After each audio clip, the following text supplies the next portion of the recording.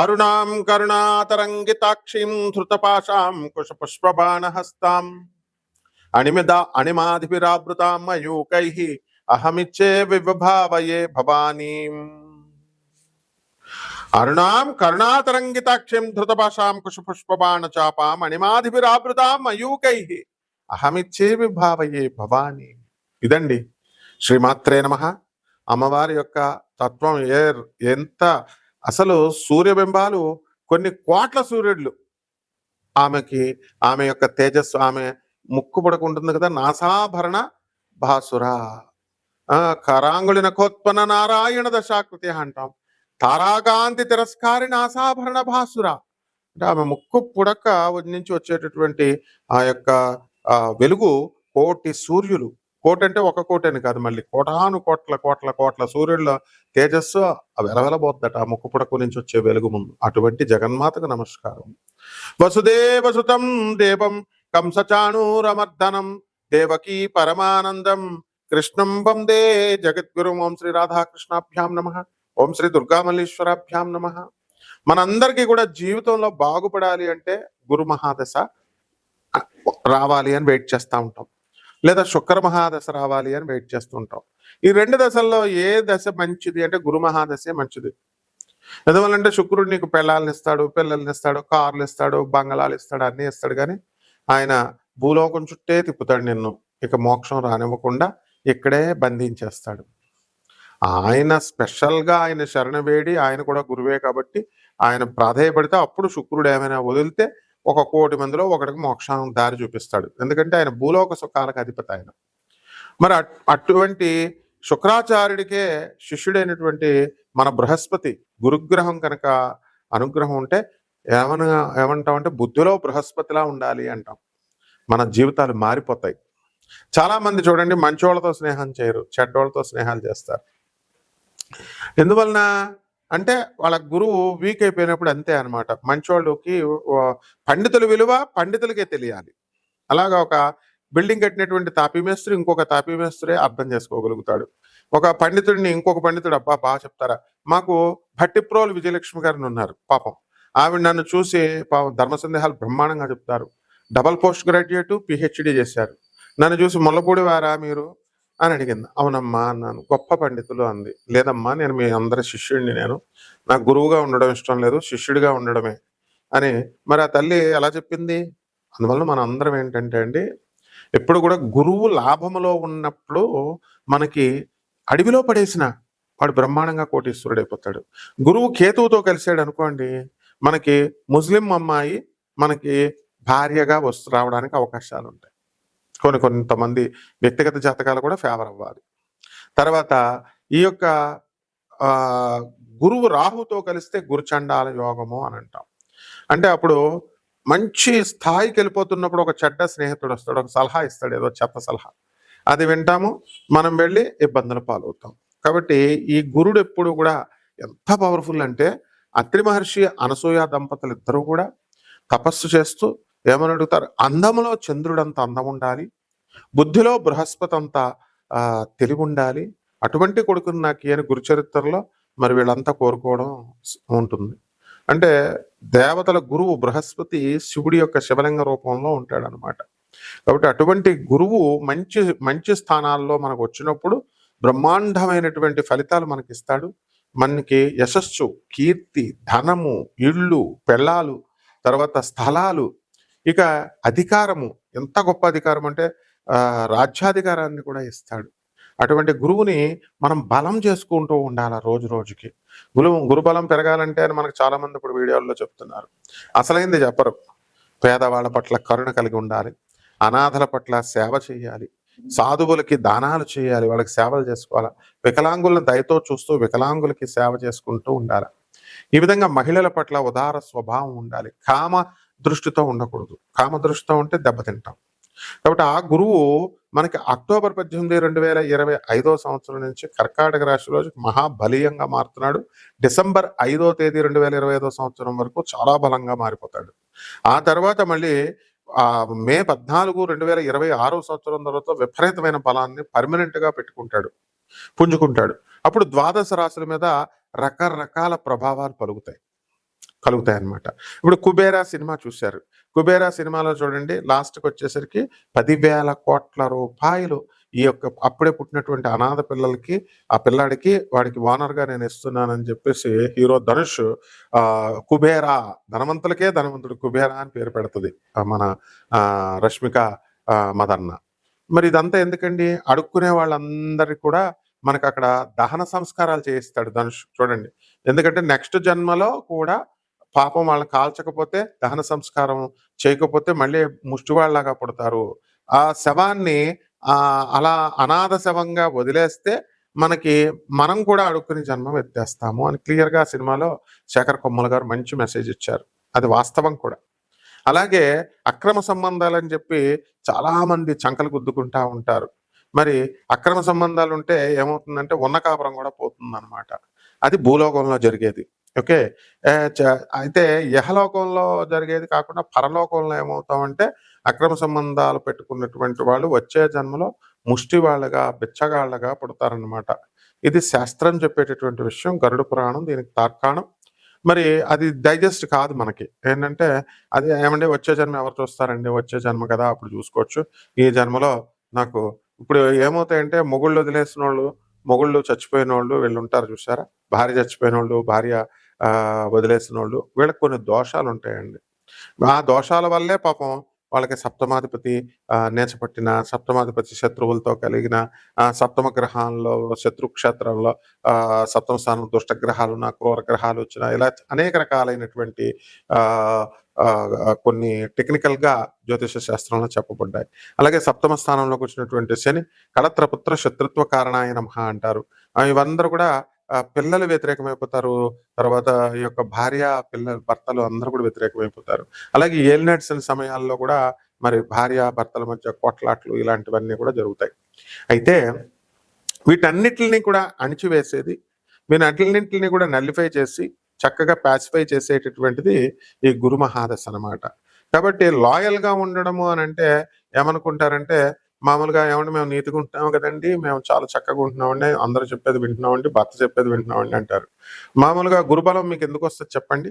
మీరు చిన్నప్పుడు చదువుకున్న స్కూల్ మొహం చూసారా? పోనీ మాస్టారుల దగ్గరికెళ్ళి వాడికి ఒక్క అరటిపండు అంటే ఒక్క అరటిపండు, ఒక యాపిల్ పండు ఇచ్చారా? లేదు. పోనీ నేనే గురువుగారిని ఒక కనీసం నేను కృష్ణాష్టమి రోజున బర్త్‌డే కృష్ణుడితో పాటు కృష్ణుడికి గ్రీట్ చేస్తారా? నాకెవడన్నా ఒక గ్రీట్ చేసాడనుకుంటున్నారా? డైలీ కొన్ని వందల ఫోన్‌లొస్తాయి. సంవత్సరాలుగా మా గురువుల దగ్గర మేము మరి మా పురాణ పండిత రాధాకృష్ణమూర్తి గారు, మధుర కృష్ణమూర్తి శాస్త్రి గారు, ఇలా మా గురువులందరూ కూడా గరికపాటి నరసింహారావు గారు, ఇలా వీళ్ళందరూ మన గురువులే. వీళ్ళ దగ్గర మేము శిష్యరికం చేసినప్పుడు వాళ్ళ శిష్యులంతా కూడా మేము చిన్నతనం నుంచి చూస్తున్నాం. పెద్దయిన తర్వాత మాకే శిష్యులొచ్చారు. మేము చూస్తూ ఉంటాం. వాళ్ళు తాత్కాలికంగా వాళ్ళ సమస్యలు పరిష్కారం చేసేసుకొని వెళ్ళిపోవడం మీదే దృష్టి ఉంటుంది తప్ప, గురువుగారు ఈరోజు బర్త్‌డే గదా! మనం విష్ చేద్దాం. ఒక నోటి మాట. అవి కూడా ఇంగిత జ్ఞానం ఉండదనమాట. అంటే మానవ బుద్ధి ఏమవుతుందంటే రోజులు వెళ్ళే కొద్దీ బలహీనమైపోతా ఉంటది. అది మీ తప్పు కాదు. మనుషుల తప్పు కాదది. కలియుగ ప్రభావం. కలి ప్రభావం. ఈ కలి ప్రభావాన్ని అణిచేయడానికి మనకి ఏమి రావాలండి అనంటే ఎప్పుడో కలియుగం అంతమంట. ఎప్పుడో కల్కి అవతారం పుడతాడు. ఎప్పుడో కలిని సంహరిస్తాడు అని ఇంకా కొన్ని యుగాలు, సంవత్సరాలు అప్పుడు మనం ఉండను కూడా ఉండం. ఒక 80 సంవత్సరాలు బతికితే గ్రేటు. అలాంటిది 5,000 సంవత్సరాల తర్వాత జరగబోయేటటువంటి కల్కి అవతారం కోసం మనం ఇప్పుడు చంకలు గుద్దుకుంటా ఉంటాం. వస్తాడని ఎదురు చూపులు చూస్తూ ఉంటాం. కానీ సాక్షాత్తు శ్రీ మహావిష్ణువే ఆ యొక్క ద్వాపర యుగంలో శ్రీకృష్ణుడిగా భూమి మీద పుట్టేసాడు ఆల్రెడీ. శ్రీరామచంద్ర ప్రభువే మనకి రామప్రభువుగా త్రేతాయుగంలో పుట్టేసాడు భూమి మీద. వాళ్ళని పూజించుకోవడం, వాళ్ళ తత్వాన్ని తెలుసుకోవడం, అది సంతోషించకుండా రాముడు దేవుడు కాదు, కృష్ణుడు దేవుడు కాదు, రాముడు మనల్ని ఇచ్చేసారా, ఉద్ధరించారా, కృష్ణుడు కొన్ని లక్షల మందిని చంపేశాడు. తెల్లాకర్ మనోహర్ అని ఒకాయన ఈ మధ్యన కనబడతా ఉంటాడు. ఆయన ఏమంటాడు, కొన్ని లక్షల మందిని చంపేశారండి ఈ దేవుళ్ళు. మరి ఆడ దేవుళ్ళు ఏంటండి అంటాడు. వాడో పిచ్చోడు, ఏదో పిచ్చివాడు వాగుతున్నాడులే అని చెప్పేసి వదిలేశారు. కాబట్టి ఇయన్నీ గురుగ్రహాలు బాగోకపోవడం వల్ల వచ్చేటటువంటి దోషాలనమాట. కాబట్టి మీ అందరూ కూడా గురువు బాగా పెరగాలి అని అంటే తప్పకుండా చాలా చిట్కాలు ఉంటాయండి. ఆ చిట్కాలన్నీ కూడా మా శిష్యులకు చెప్పుకుంటాం మేము. అంతే కదా! గురువు యొక్క శ్రద్ధ సబూరి సాయినాథుడు. సాయినాథ్ ముస్లిం అనేవాడిని సాయిబాబా ఎందుకు చూస్తాడండి? చెయ్యండిరా అంటే ఇళ్ళకెళ్ళి సాయిబాబా భజనలు పెట్టేసుకొని, ఆ భజనలో మీరేమో అమెరికాలో ఎలా ఉంటాయంటే మొత్తం భజన చేస్తున్నాం సాయిబాబా ఒక వారం మీ ఇంట్లో, ఇక్కడ ఇంకో వారం మీ ఇంట్లో అని అందరూ పెట్టుకుంటారు. పెట్టుకున్న వాళ్ళు పెట్టుకుంటారా భజనలు, వీళ్ళేమో వంటలు తీసుకెళ్తారు, ప్రసాదాలు అందరూ కలిపి వడ్డిస్తారు బాగుంది. అక్కడ ఒక 10 మంది వస్తారు. ఎవడికి వాడే గురువు కింద స్పీచ్లు ఇచ్చేస్తారు. ఆ సాయి చరిత్రలో ఏముందో అది చెప్పకుండా వీళ్ళ సొంత వ్యాఖ్యానాలు వీళ్ళేమన్నా గురువులా? భగవంతుడు ఇవ్వాలండి గురుస్థానం అనేటటువంటిది. భగవంతుడు ఇవ్వాలి. భగవంతుడు ఆయా గ్రహ సంపుటి వల్ల నాయన ఇది నువ్వు యథార్థమైనటువంటి జ్ఞానాన్ని బోధించు అని ఆ గురువు యొక్క శక్తి మనకి ప్రేరేపించాలి.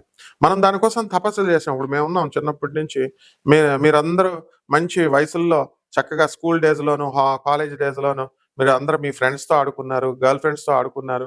కానీ మేము అలా చేయలేదే. మేమంతా మా గురువుల కాళ్ళు పిసుకుతా ఉండేవాళ్ళం. మా గురువుల చేత తిట్లు తింటుంటే అంత ఆనందంగా ఆస్వాదించేవాళ్ళం. ఇప్పుడు కూడా మీతో తిట్లు తింటూ ఉన్నాం. కఠినంగా చెప్పేటప్పుడు. అయినా సరే మేము మీ శ్రేయస్సు కోరుకుంటున్నాం కాబట్టి ఆ గురువు ఏం చేస్తాడు, ఇప్పుడు ఆ గురువు "ఒరేయ్ నాయనా నువ్వు గురుస్థానంలోకెళ్ళు" అంటాడు. ఇప్పుడు నేను ప్రతి వీడియోలో చూడండి చాగంటి గారు మా గురువుగారు, గరికపాటి గారు మా గురువుగారు, భారతీతీర్థ స్వాముల వారు మా గురువుగారు, ఇగో వీళ్ళని ఫాలో అవ్వండి, చక్కగా చేసుకోండి అని చెప్తున్నాను. వాళ్ళు ఏమైనా వచ్చి వీడు నా శిష్యుడు వీడు పాపం మంచోడు చాలా కష్టపడ్డాడని ఏమైనా అవార్డు ఇచ్చారు నాకు? రివార్డ్ ఇచ్చారా? ఎవరు? మనం గురువు సేవ చేసుకుంటూ చేయాలా? ఇప్పుడు నాకు అవసరం లేదు వాళ్ళందరి పేర్లు చెప్పాల్సిన అవసరం లేదు. I am the guru, I am Jagadguru, Jagadguru Adi Shankaracharya శిష్యుడు. నా గురువు ఏంటి? నేను డాక్టరేట్ షిప్ చేశాను ఐఐటి మెడ్రాస్లో. I have both medical and uh engineering qualifications. Atharvana Veda పండితుడిని, Bezawada దేవస్థానం గురువుల దగ్గర పెరిగినటువంటి వాడిని. అష్టాదశ శక్తి పీఠాలకి మేము ఆన్ గవర్నమెంట్ డ్యూటీగా మా గురువులతో పాటు ఇప్పుడు కూడా లెగసీ ఫాలో చేస్తూ నేను వెళ్ళి మిగతా వేద పండితులతో అమ్మవార్లందరికీ కూడా స్వామివారి ద్వాదశ జ్యోతిర్లింగాలకి కళాపోషణ పెడుతూ ఉంటాం. ఇప్పుడు నాకు వాళ్ళ అవసరం లేదు. నేను ఎందుకు పెట్టాలి? ఎందుకు చెప్పాలి వాళ్ళకి పేర్లు? వాళ్ళు ఏమన్నా నాకు చెప్తున్నారా? అరే గురువు బెటా ఒక ఆయన మన గరికపాటి నరసింహారావు గారిని సమర్థిస్తూ నువ్వే కదా చెప్పేటప్పుడు మీరిద్దరు సహాధ్యాయులు అంటూ తిట్లు తింటాం. మా గురువులు అయినా సరే మేము గురువుల్ని ఇచ్చేస్తున్నామా? నో. ప్రేమిస్తూ ఉండాలి గురువు తత్వాన్ని. కాబట్టి అప్పుడు ఆ జగద్గురు అయిన కృష్ణుడు వందే కృష్ణం జగద్గురు అంటుంటే కృష్ణం వందే జగద్గురు అంటే ఆ కృష్ణుడు పుట్టాడు మనకి చాలా సంతోషించాలి భూమి మీద. కృష్ణతత్వాన్ని తెలుసుకోవడానికి ప్రయత్నించాలా, రామతత్వాన్ని తెలుసుకోవడానికి ప్రయత్నించాలా. మీకు అందరికీ అప్పుడు తత్వం తెలిసినప్పుడు మీకు గురుబలం వస్తుంది. అంతేగాని ఏదో మీరు వేసేసి శనగలు ఇచ్చేసి లేదా మేడి చెట్టు చుట్టూ తిరిగేస్తే అంత ఈజీ మా గురువు అనుగ్రహం రావడం కాదు. కాబట్టి చూద్దాం మీ అందరికీ కూడా మేము నాన్ కమర్షియల్ బేసిస్తో ప్రతి ఒక్కళ్ళకి కూడా మిమ్మల్ని అందరినీ దేవుళ్ళుగా, కస్టమర్సే దేవుళ్ళు. వాళ్ళని కేవలం ఇప్పుడు నేను చెప్పొచ్చు ఏమయ్యా నాకు డబ్బులు ఇస్తే నేను జాతకం చెప్తా, లేకపోతే నేను చెప్పనని మిగతా వాళ్ళలాగా చెప్పొచ్చు కమర్షియల్ జ్యోతిష్కుల్లాగా. మేము ఎప్పుడు ఒక్క రూపాయి కూడా ఎవరి దగ్గర కలెక్ట్ చేయం. నాన్ కమర్షియల్ బేసిస్తో జగద్గురువైనటువంటి ప్రభాత్ రంజన్ సర్కార్ గారిని చూపిస్తున్నాం. వివేకానందుడు, రామకృష్ణ పరమహంస, రమణ మహర్షి, పరమహంస యోగానందుల వారు వీళ్ళంతా మా గురువులు. మేమంతా ఆశ్రమంలో శిష్యర్గం చేసి వచ్చినటువంటి వాళ్ళం. నేను ఇంటర్నేషనల్ కోఆర్డినేటర్ని ఆనంద్ మార్గ ఆశ్రమానికి. మరి మా గురువుల్ని మీకు జగద్గురువు అయినటువంటి ఆనందమూర్తి గారిని, ఆనంద్ మార్గ సంస్థని మీకు పరిచయం చేస్తుంటే అనాథ పిల్లలకు సేవ చేసుకోండి, సాధువులకు సేవ చేసుకోండి అంటే అది చేసుకోవాలా. ఎవరైతే చక్కగా మీ గురుబలం పెరగాలనుకుంటున్నారో నిజంగా అటువంటి వారికి మా అమెరికా నెంబర్ ఇవ్వడం జరిగింది. అలాగే మా ఇండియా నెంబర్ ఇవ్వడం జరిగింది. డైరెక్ట్గా చిన్న పెద్ద అని లేదు. అంబానీ అయినా, రోడ్డు మీద అడుక్కునేవాడైనా సరే, బిచ్చగాడైనా సరే మేము సమాన దృష్టితో చూస్తాం. అంతేగాని ఎందుకంటే మేము ఎంతో మంది ఐఏఎస్ ఆఫీసర్లని, ఐపీఎస్ ఆఫీసర్లను తయారు చేసిన వాళ్ళం ఒక ఉపాధ్యాయుడిగా. కాబట్టి వాళ్ళకి మాకు ఆ రెసిప్రొకేషన్ ఉంటుంది. అండ్ ఎంతో మంది జగద్గురువుల దగ్గర పెరిగినటువంటి వాళ్ళు విన్నారా నాయన ఆదిశంకర్ల ఐడియాలజీని, ప్రభాత్ రంజన్ సర్కారు గారి ఐడియాలజీని. కాబట్టి మీరు కూడా చక్కగా సరైనటువంటి యథార్థ జ్ఞానాన్ని నిష్ఫలాపేక్షతో మేము చెప్తున్నాం కాబట్టి ఉపయోగించుకోండి. ఈ గురుబలం ఎలా 12 రాశుల మీద ఈ అక్టోబర్ మార్పుల వల్ల, గురు మార్పుల వల్ల వివిధ రాశులు 12 రాశులకు ఎలా వస్తుందో ఒక్కొక్క రాశి వారీగా చూద్దాం. కర్కాటక రాశి. ఈ కర్కాటక రాశి వారందరూ కూడా చక్కగా ఈ గురుబలం పెరగడం వలన అక్టోబర్ 18 తర్వాత మీకు కోర్టు కేసులన్నీ కూడా అనుకూలంగా మారిపోతాయి, ఆదాయాలు పెరిగిపోతాయి. తర్వాత కొత్తగా ఉద్యోగాల కోసం ప్రయత్నిస్తున్నటువంటి వాళ్ళకి ఉద్యోగాలు అనేటటువంటివి రావడానికి అవకాశాలు ఉంటాయి. చూడండి, ఇంతకుముందు అందరూ విదేశాలకు వెళ్ళేవారు, బ్రహ్మాండంగా సంపాదించేవారు. వారు గవర్నమెంట్ ఒక 20 గంటలు చేసుకో నువ్వు స్టూడెంట్‌గా ఉండి అని వర్క్ పర్మిట్ ఇస్తే, మనం దురాశలకు వెళ్ళి 2 చోట్ల చేయడాలు, ఇలా అతి తెలివితేటలు చూపిస్తే బృహస్పతి ట్రంప్ రూపంలో వచ్చి కట్ చేసాడా? ఉన్నది పోయే, ఉంచుకున్నది పోయే అన్నట్టు అయిపోయింది కదా!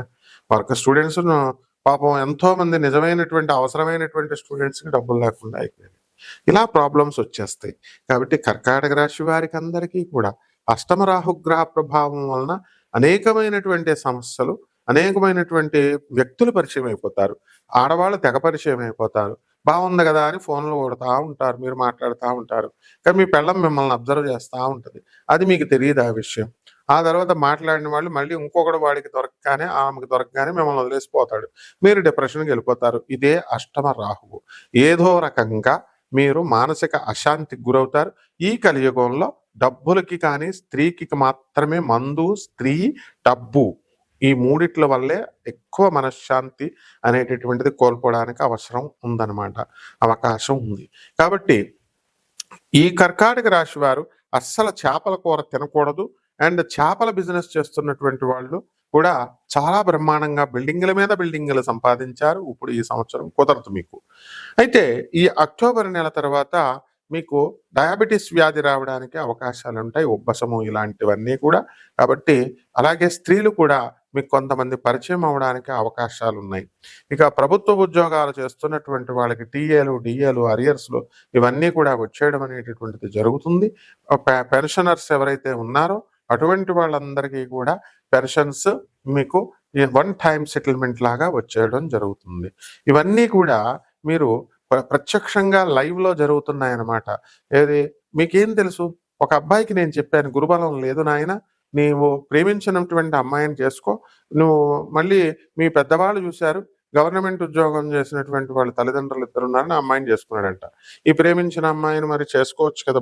మా ఇద్దరికి ఇష్టమని ఉన్నప్పుడు ఇంట్లో చెప్పి చేసుకో అన్నాం. అలా చేయకుండా పెద్దవాళ్ళు చూసింది చేసుకున్నాడు. ఆ అమ్మాయి వారం రోజులే వీడితో ఉండి, ఆ అమ్మాయి వేరే వాడితో లేచి వెళ్ళిపోయింది. ఎందువలన అప్పుడు పాపం వీడు మళ్ళీ తెచ్చుకుంటే, మళ్ళీ వారం రోజుల తర్వాత ఇంట్లో వాళ్ళంతా తెచ్చుకుంటే మళ్ళీ లేచి వెళ్ళిపోయింది. ఇలాంటి సంఘటనలు మీకు తెలుస్తాయా?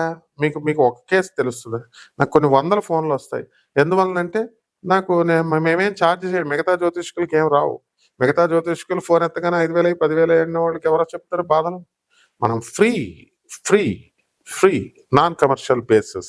కాబట్టి చక్కగా డిసిప్లిన్‌గా ఉన్నటువంటి వాళ్ళందరూ కూడా బాగుపడిపోయారు.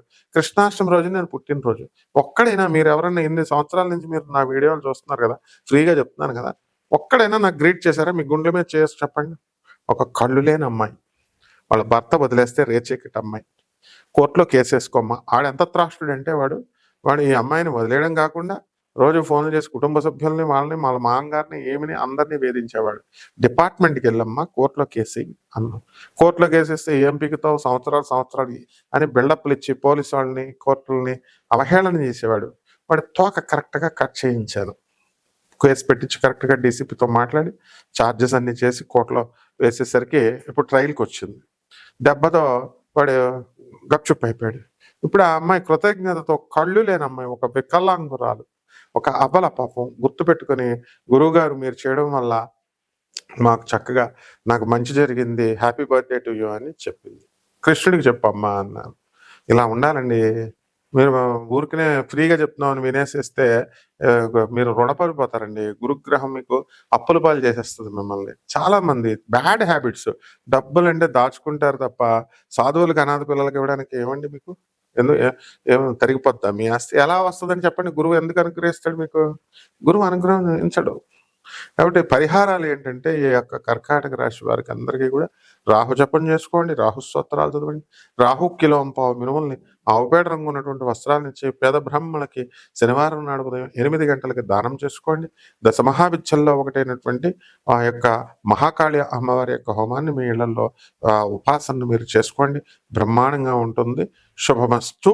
ఓం నమః శివాయ.